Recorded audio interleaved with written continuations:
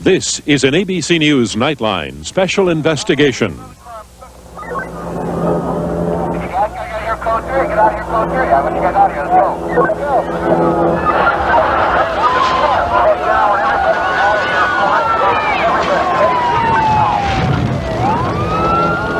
All of us have a responsibility. I don't think anybody ought to think that they're free of any kind of blame. I don't know who was running the show. And I don't think anyone can tell you who was running the show. The show was kind of just running itself. And I'm a taxpayer of the city of Los Angeles as well as an employee. I have been shortchanged by the political leadership of this city. You don't fight it by going out doing these things. You're not hurting anybody. What are we teaching our kids? Moment of crisis. Anatomy of a riot. Now reporting from Los Angeles, Ted Koppel. It's always the same in the wake of a disaster. People start looking around for someone to blame. In the case of what happened here in South Central Los Angeles, there are plenty of candidates. Obviously, you blame the arsonists who burned down these stores, the people who dragged motorists from their cars and trucks. You can blame the gap between the public's perception of what happened in the arrest and beating of Rodney King and the perception of the jury. The social and economic conditions also contribute toward producing the sort of rage that erupted here a month ago. But this is not a program about the underlying causes of the unrest. The roots are too deep. This report has another focus. Only this week, members of a new commission headed by former FBI Director William Webster arrived here in Los Angeles to begin their investigation of how things got out of control so quickly and so completely. That has been the object of our investigation over the past month. More than 60 interviews have underscored for us what Angelenos have known for a long time. Many of the people who run their government agencies, especially those at the very top, can't stand each other. In some instances, won't even talk to one another. Understand that, and you'll know how things got so terribly out of control on the day the verdicts came down. Wednesday, April 29th. Good afternoon. You're tuned to KNX 1070 News Radio. When I came to work that day at approximately 2 in the afternoon, 76 degrees in Hollywood right now. It's going down to 63 at the LA Civic Center, 62. I found a sergeant in charge, and I spoke with him and find out whether or not he was going to hold day watch over. On the 57 southbound there at Chapman, a minor injury crash. They're working on whether or not he made any provisions to obtain additional radios or vehicles or any such things for the events that could potentially unfold during the evening. There were none. There was definitely a plan in the Los Angeles Police Department as far as dealing with this type of eventuality. We had some roll call trainings and some trainings in some tactical situations regarding riots, but according to our brass, they didn't expect anything to happen, anything like what happened. KFWB News Time, 2:43. The jury deliberating the King beating case says it has now reached verdicts on all but one count. Just before they read the verdict, I had butterflies in my stomach, just wondering what it was going to be. We were walking our footbeat, Dan and I, and Jesse is one of the shop owners there, and we stopped in there because we knew we could watch the verdict as it came down. Judge Weisberg had given Los Angeles authorities 2 hours' notice before the verdicts were announced.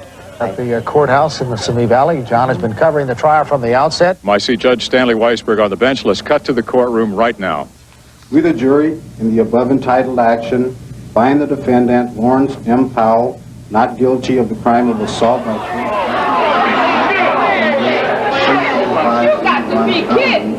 Timothy E. Wynn, not guilty of the crime. This was white America on trial. This was a modern-day lynching. How in God's name could a verdict come back? All these verdicts of not guilty? You're innocent, man! You're innocent! Keep doing your job! Lieutenant Mike Mula and his officers of the 77th Street Police Station would be on the front line when trouble broke out later at Florence and Normandy Streets. The number one thing that concerned me during the evening, and I told the roll call, is that there was no plan that I knew of.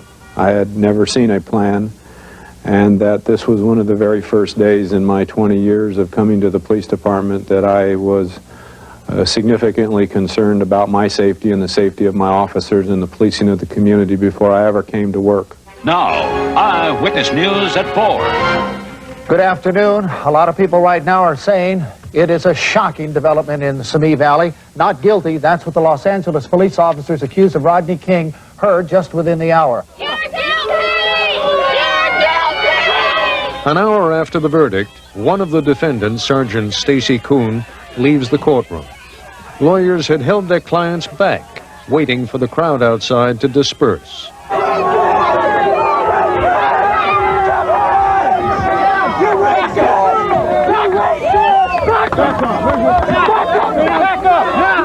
I was stunned, shocked. I could simply not believe it. And there's no way that that jury can ever convince me of what happened. It didn't make sense. I saw it with my own eyes, and they were telling us with that verdict. We didn't see what we knew we had seen on television. But in conveying his shared sense of outrage to the community, Mayor Bradley, in the eyes of many police commanders, contributes to the problem. That in itself inflames the attitudes of the citizens of Los Angeles. That we did not account for. And I guarantee you, from my perspective, that had an impetus into this entire set of circumstances. No question about it. All these brothers here and everybody in the whole community has experienced and witnessed a total injustice today, and we're not going for it. We're not going for it. We're going to the street. The Metropolitan Division, the police department's specialists in riot control and civil disorder, had conducted more than 60 hours in extra training preparing for this day. But most officers of the Metro Division weren't scheduled to report until that evening. Someone in command had decided that riots don't begin in daytime. More than $1 million had also been set aside for police overtime. But during the afternoon that the verdicts were announced, only a few officers were kept beyond their regular shift. After the verdict, hundreds of officers are allowed to go home at the end of their regular shifts, indicating that there's no expectation of widespread trouble. Next couple of hours saw a real rise in the tensions on the street. We started getting a lot of hard looks, a lot of comments. You could feel it. You really could feel it in the air. Hey, man, it's up in there. Anything could happen now. Yeah, get it going! Get it going! Yeah!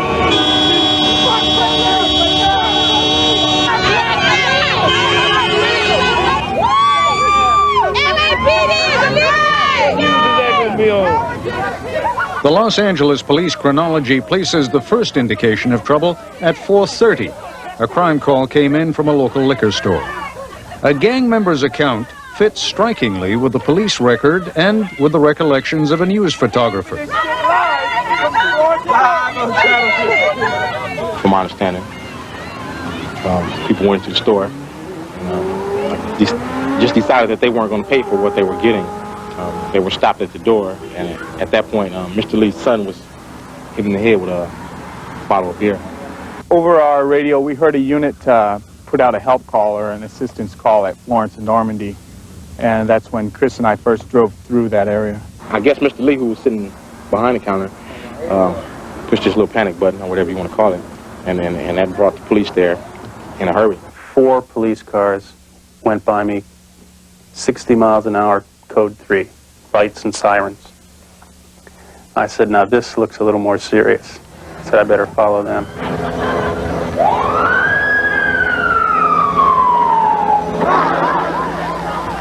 About 4:30, 5 o'clock, we had heard that there was a gang of police out there on the corner. And when we came out from the back, we had saw them chasing one of our little homies. Photographer Bart Bartholomew was documenting what would later prove to be the genesis of the riots. I went through the crowd and got to police officers who were effecting an arrest. And the crowd was yelling at the officers and actually tried to wrestle the suspect from the police. if there were 30 officers there, I'll bet there were 150 people there. I tried to maintain a level, a coolness and a control that would at least allow me to keep shooting. I think you'll see in the second picture that his hands finally wound up behind him in handcuffs, and he was completely under arrest. This was a time when he was thrown up against the side of the car. I realized moment by moment that what was building here was going to boil over. At the time the officers were attempting to maintain some type of a skirmish line, they were being, of course, pelted with rocks and bottles and everything. As the rage in the crowd grew, the level of tension rose. Someone right behind me, as close as shoulder contact to me, said, "Cop's going to die tonight."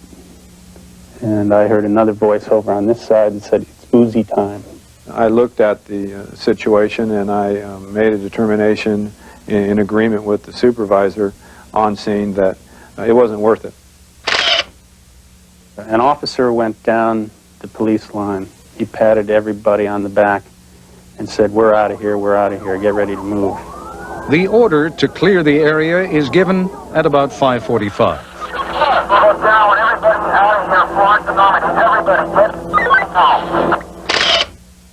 One officer is already in his car on the driver's side, and a second his partner is entering the shotgun side of the car.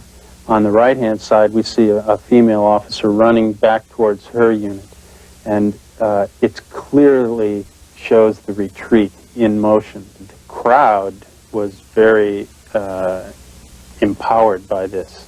It was clearly a victory for them. Even as the situation at Florence and Normandy is about to get totally out of control, we need to step back for a moment to freeze the action. This city, you need to know, resembles nothing quite so much as a dysfunctional family. Over the past 14 months, the LA Police Department has lost 2 of its 3 assistant chiefs. The one who stayed on, technically the second highest ranking officer in the department, is barely on speaking terms with the chief. Chief Gates and Mayor Bradley don't talk at all. Indeed, on that Wednesday afternoon, just as things are about to get out of hand, the chief and the mayor make separate live appearances on television. They have yet to communicate with one another. They hate each other. Daryl Gates thinks the mayor is sneaky. He has used those terms. Tom Bradley just wants Gates out. He thinks he's a bully. He never wanted him in the first place. I know that we must express our profound outrage, our anger, but we must do so in ways that bring honor to ourselves and our communities. We must not bury the gains we have made in the rubble created by destructive behavior. That if we have civil disturbances, we are prepared to deal with that. And I'm not going to go into any detail. Our job is to maintain peace and order on the streets. When I see the mayor of the city of Los Angeles, Tom Bradley, who does not talk to the chief of police for over 12 months, who's running the city? At 5:45 that Wednesday afternoon, one corner of the city at Florence and Normandy is about to be run by a mob.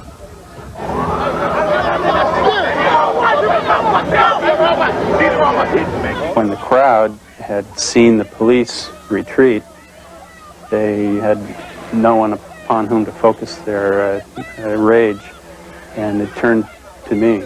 Somebody turned to me and said, "Get his film, get his film." Take his film! Take his film! Someone in the crowd helped me.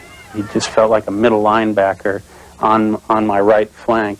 And he said, "I've got to get you to your car. Where's your car? You've got to get out of here."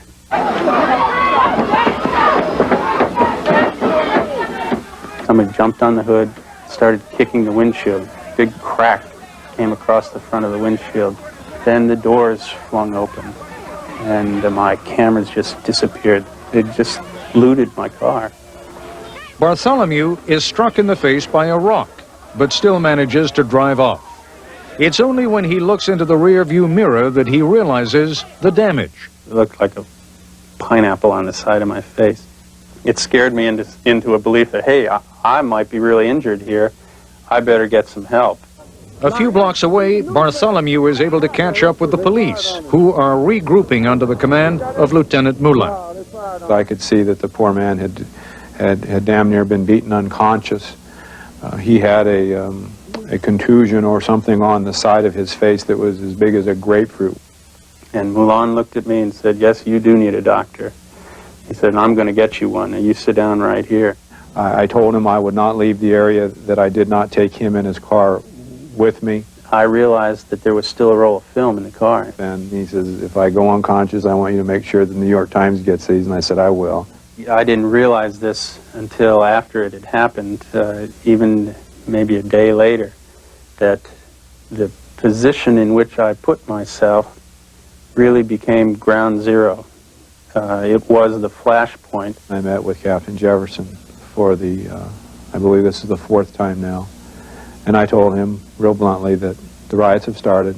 I truly believe that this is the beginning of the riots, and that the intersection at Florence and Normandy, we had lost both north and south, east or west, that we did not presently have enough people deployed to safely accomplish taking that intersection back in any way, shape, or form. It is just about 6 o'clock.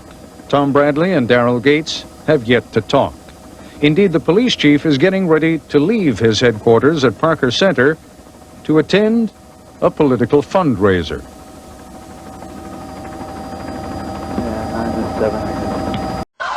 KFWB News Time, 6:02. Less than 20 minutes have passed since the police withdrawal from Florence and Normandy, but the increase in violence is dramatic. We're having one store that apparently is being looted at this time. This may be the flashpoint of the unrest that people were talking about. Everything is great. Everything is great. I've seen at least 20 to 30 young people throwing rocks. You can hear them impacting against cars and against trucks. I haven't seen any police officers coming here, only police.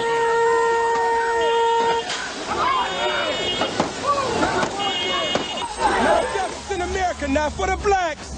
This scene has really gone crazy out here right now.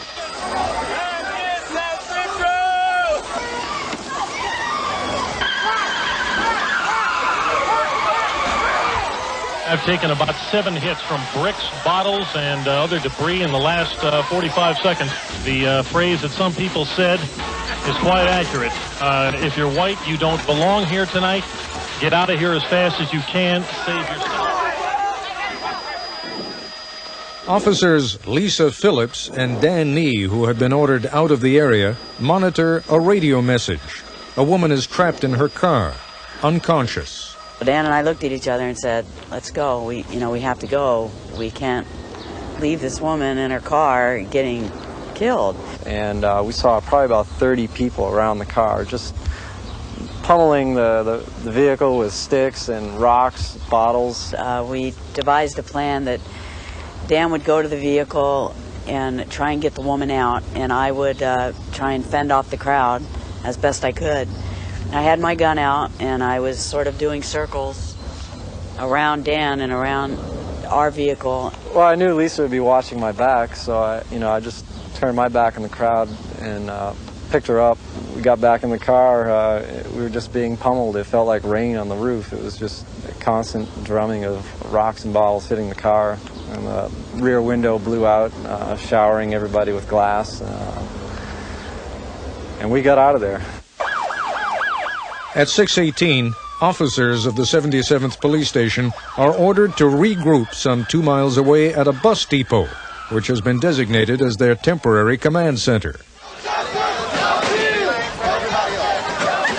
Across town, police headquarters at Parker Center is under a ragged sort of siege. Hundreds of protesters whose only mission appears to be taunting the police. At that point, the police throw up a barricade. They stop the protesters about 20 feet out from the main doors of Parker Center. They stop them. And they're trying to hold them back. They're trying to inch them back to the curb. It's just this back and forth. This giant game of chicken between the cops and the protesters. Stanley Scheinbaum, the president of the police commission, had just arrived at police headquarters. At the rear garage exit, he had passed Chief of Police Gates, who was leaving the center. I ran into the chief, and he was getting into a car.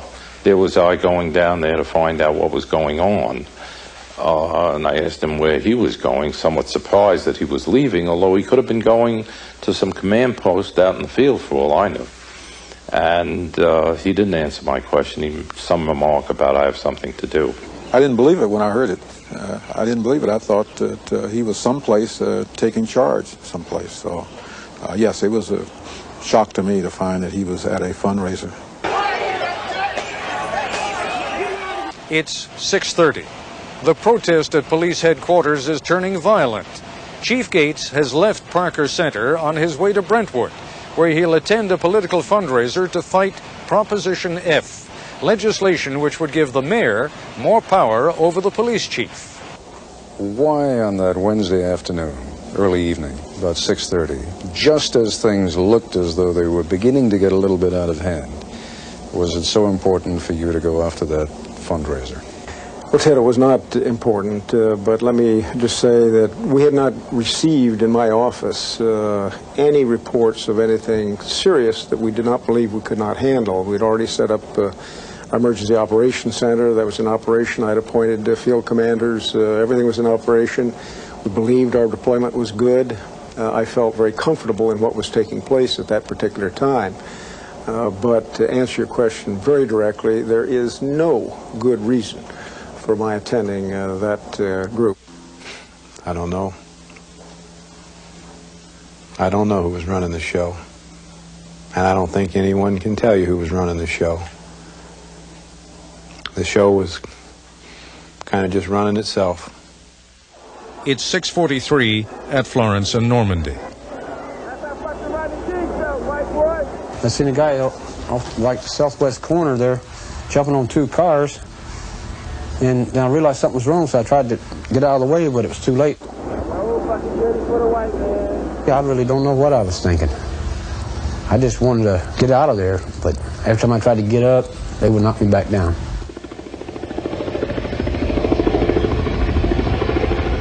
Above the intersection of Florence and Normandy streets, television helicopters are feeding live pictures out to the whole country.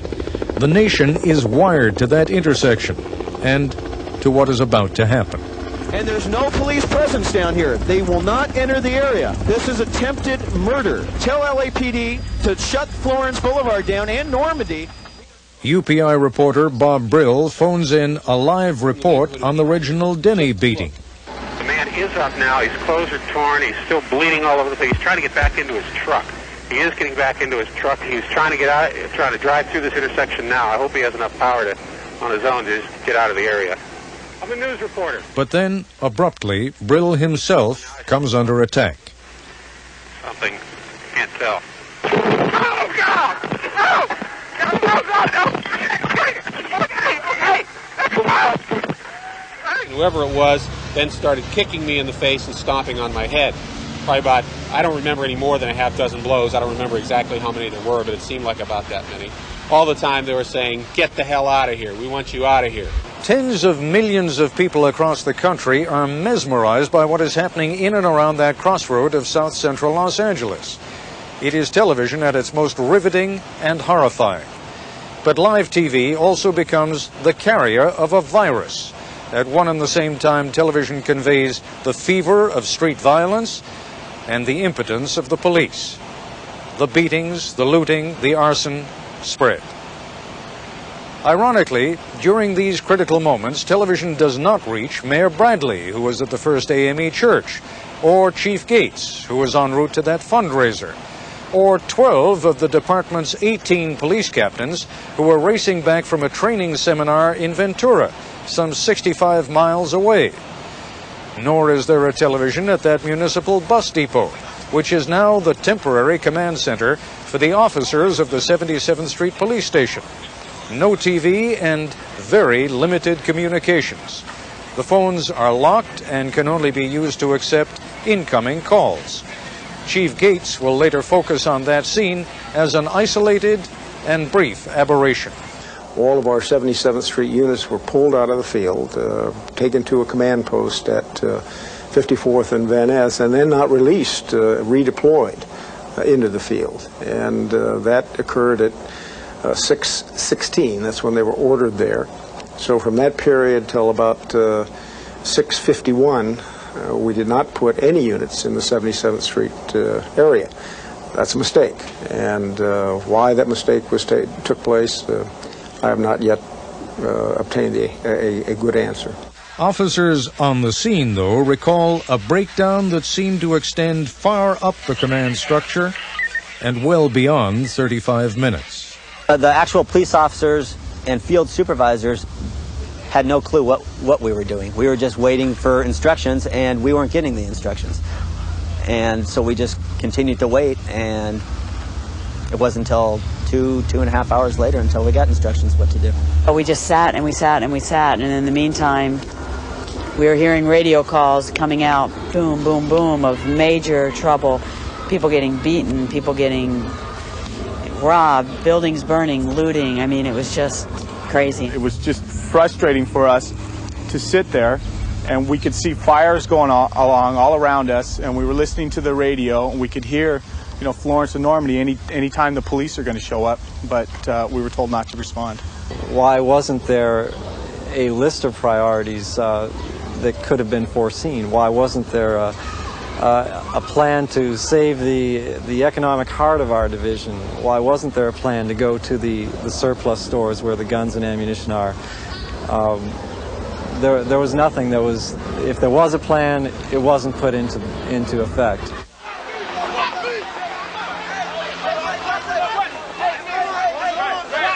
With no real police presence in the street, individual citizens throw themselves in harm's way to protect complete strangers.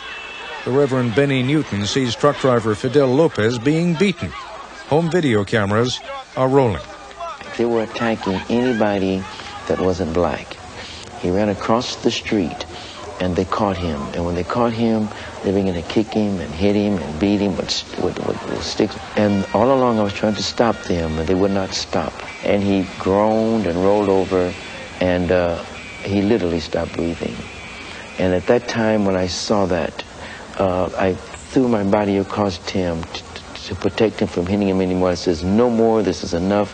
You're going to have to kill me too.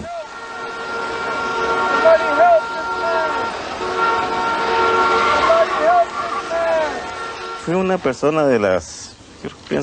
was one of the innocent people who arrived at the wrong place at the wrong time when people were angry, furious, ready to kill. I saw the pastor and I said, please don't leave me. And he listened. He didn't leave me.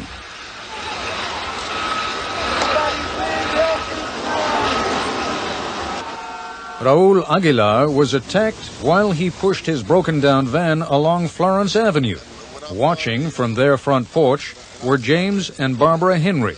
The guy with the crowbar went in front, broke his front mirror out, and the other guy took the pole before he could even see him or anything and just hit him on the back of the head, and he went down. And about that time, a car came by and ran over his legs. So I knew I had to get him and get him to the side before he got hit again. I just didn't want to see him die, you know. When he visited me, and I saw him, because I knew what he has done for me, and I was still in the bed. So when he came, I hugged his arm, and I loved him. Police, still unable to drive through the intersection of Florence and Normandy, decide to dispatch a helicopter to assess the area. Officers had heard that motorists were being beaten. When things go wrong, they go wrong in numbers. The initial helicopter had a mechanical problem and had to sit down in an emergency location, which now presented us with another problem, and that was the security and safety of the helicopter and the officers on board. While leaders at the command post struggle to close off the area, a second helicopter is dispatched to survey the intersection. Apparently, it arrives during a lull. The pilot reports back that the intersection is quiet. The quiet does not last. Just after 7, a deputy chief tells an aide to Mayor Bradley, it's getting ugly. We may need the National Guard. The violence has moved and spread and grown.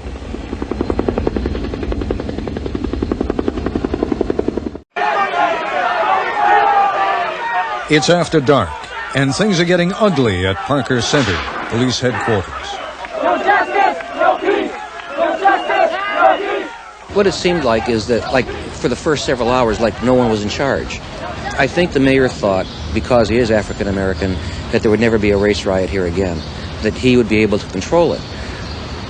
Gates thought that his police could handle any situation. Turned out they were both wrong. Wrong and still out of position. So it falls to Deputy Chief Ron Frankel to order full mobilization. That happens at 8:10. Every officer in the department is ordered to report to duty, but in many respects, it is simply too late. The process will take several hours. Many of the officers are not home. Others live far away, and when they do finally report in, there aren't enough vehicles to get them to their assignments. We're riding 4 deep in a car. Once we get assigned cars, and we're borrowing, just dual-purpose cars that don't have any lights or anything on them. We're borrowing those and just getting everybody basically to the command post, which was at 54th and Arlington. Just getting to the command center was difficult enough. Lights and sirens everywhere. People everywhere running. Buildings on fire everywhere. And you can hardly see for the smoke, and choking and coughing on the way to the command post because of the smoke, and everything is burning. Meanwhile, the situation at Florence and Normandy remains out of control. It is about this time, shortly after 8:30, that Police Chief Gates finally arrives at the Emergency Operations Center at City Hall, where he's briefed by his staff. Nearby, the crowd at Parker Center has been growing, preventing police from moving out to other areas of unrest. Tired of the standoff, the protesters turned to vandalism.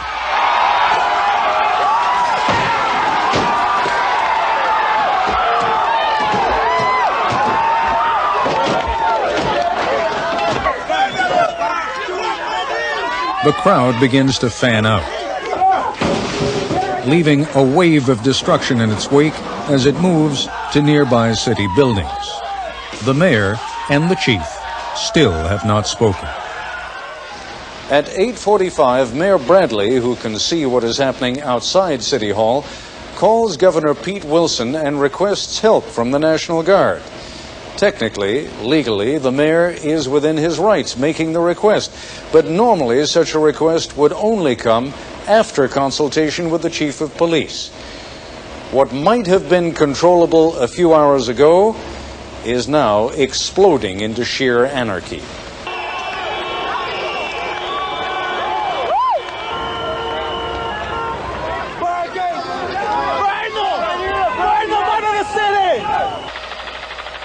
Under cover of darkness, the rioters have turned to arson. Building after building goes up in flames. Western engage OCD. You've got 1, 2, 3, 4, 5, 6 fires burning. A special plan had been worked out in advance between the fire department and the police department. In the case of civil disorder, fire trucks would have police escorts.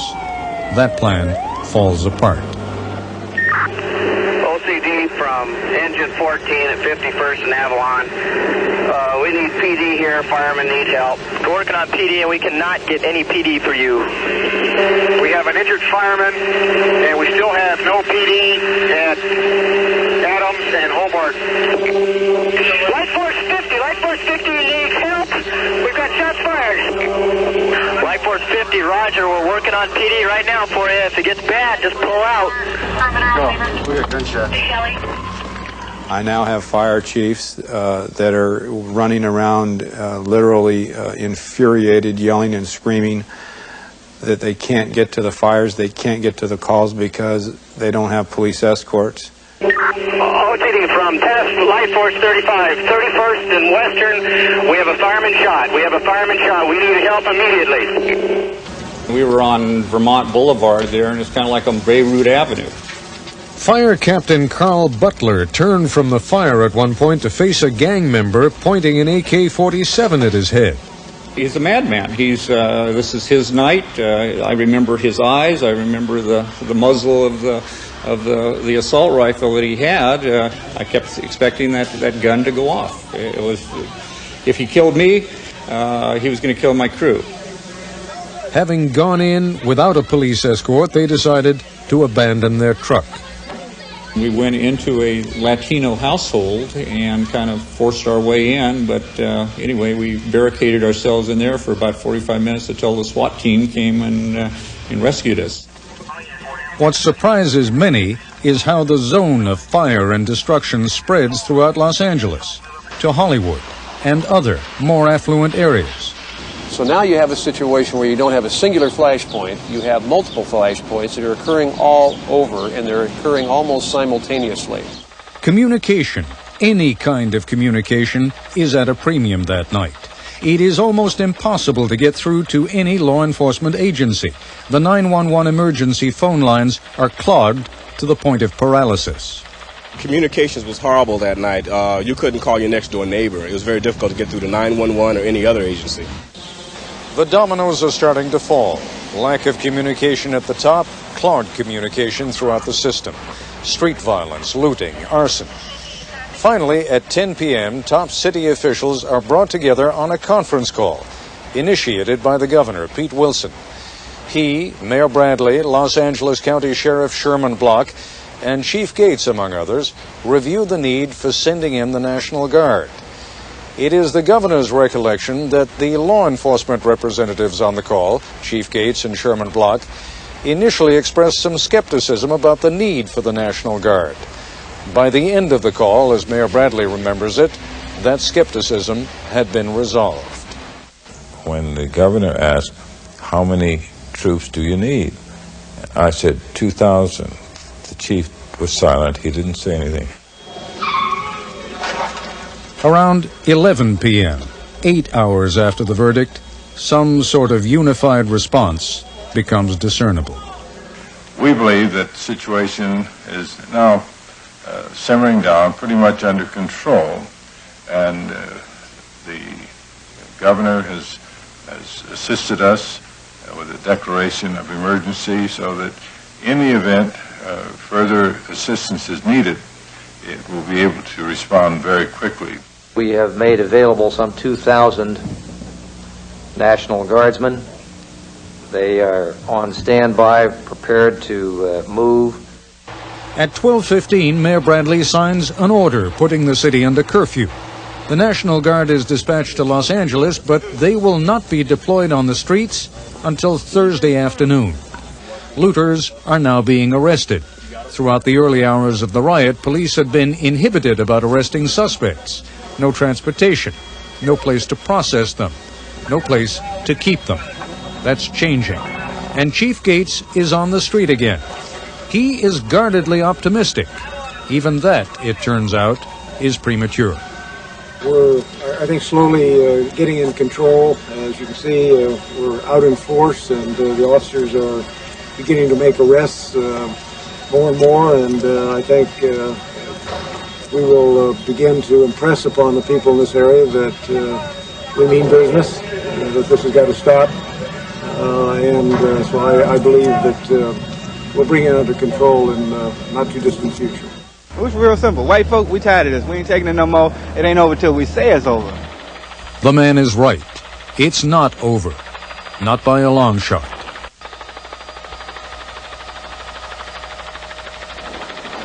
Good morning, everyone. After a night of incredible devastation and destruction and loss of life, Los Angeles is trying to figure out what happened overnight in the wake of the Rodney King beating verdicts. Thursday morning, Los Angeles wakes up to find that it's not over. Police are out in force at Florence and Normandy, but violence has moved beyond the epicenter of the riot.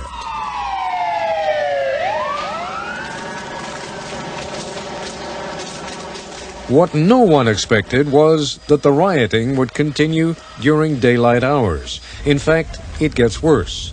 The fires continue and the city seems to explode in an orgy of looting. I've been taking pictures of all this. This is exciting. It's wrong, but it's exciting. Ralph had some people here for a minute, and they took off and just total mayhem. Everybody's getting what they can get, and then they go on, they come back. I got pictures of people going back and forth 2 or 3 times. I'm telling you, it's amazing. Let me get this shot here. I can't stand this. To see our community go down like this. I've tried to educate myself and educate my children so that they would not have to live and go through this. And then I have to look at this and then watch these people teach their children to go into stores and take things and steal. I'm ashamed of my own people. The police are reduced, for the most part, to standing by and watching. They knew we weren't shooting them. They knew we weren't arresting them because they didn't see anyone going to jail. So they just ran at will, at free will, doing what they wanted to do. We were temporary inconvenienced and nothing more. We did not have the resources. We did not have the transportation. We did not have the personnel to arrest hundreds, and I mean hundreds, of violators. And I'm talking about men, women, and children. I'm not talking about black, Hispanic. I'm talking about criminals that make up black, Hispanic, white, and everything else under the sun. Most of the 2,000 National Guardsmen are deployed at armories throughout Los Angeles by the wee hours of Thursday morning. But with all the looting and arson that's sweeping the city, there's not a guardsman to be seen on the streets. Hundreds upon hundreds of Korean-owned businesses are first looted, then torched. Among the most memorable pictures of the day, 2 Korean businessmen doing for themselves what neither police nor National Guard are on hand to do. 2 o'clock Thursday afternoon. An angry Governor Wilson gets on the phone with the commander of the National Guard, Major General Robert Thrasher. The local commander, another general, is also on the line. Why, the governor wants to know, are the Guard not on the streets? There isn't enough ammunition to go around, he's told. Also, there are some plates missing that modify the M16 from an automatic to a semi-automatic weapon. Governor Wilson suggests with some irritation that each man be given 1 bullet. That, he points out, will make the question of an automatic or semi-automatic M16 academic. As for the rest of the ammunition, he says, give it to the squad leaders. Have them allocate it as needed. You heard him, says General Thrasher to his subordinate general. You've got your marching orders. Get them out. And so, finally, around mid-Thursday afternoon, 24 hours after the verdict, the National Guard is deployed in the streets of Los Angeles. There's a familiar dissonance to it. U.S. troops patrolling the neighborhoods of an American city as though they were on a foreign mission. If their presence alone is intended to restore tranquility, it's not enough. The disorder, the chaos, the open lawlessness extend well beyond Thursday and into Friday, until finally, more from exhaustion than the realization of any goal, the anarchy burns itself out. Much of what happened here came about because the LAPD has a reputation for being too aggressive, for resorting too quickly to excessive force, especially in the city's black communities. The videotape of the Rodney King beating engraved on so many of our minds the grainy images of Los Angeles police officers mercilessly beating an apparently helpless man. A lot of very good officers have been tarred by that image. One can't help but conclude that much of the Los Angeles Police Department has become shell-shocked over the past year, and that on the day of the verdicts, if anything, they were gun-shy. It explains in one sense the ultimate irony, the LAPD being held to account for being too timid in trying to control a civil disturbance. There is, as we noted at the beginning of this program, blame enough to go around, although the police chief and the mayor, consumed by their rivalry and their distaste for one another, deserve special recognition. The Los Angeles riots of 1992 exposed as much as anything a lack of leadership. Not simply the leadership to contain the violence or to put down the riots, but a leadership that has inadequately addressed the deep-seated problems that confront this city and that exploded on the streets of Los Angeles. It remains only to be noted that the cost of the Los Angeles riots was terribly high.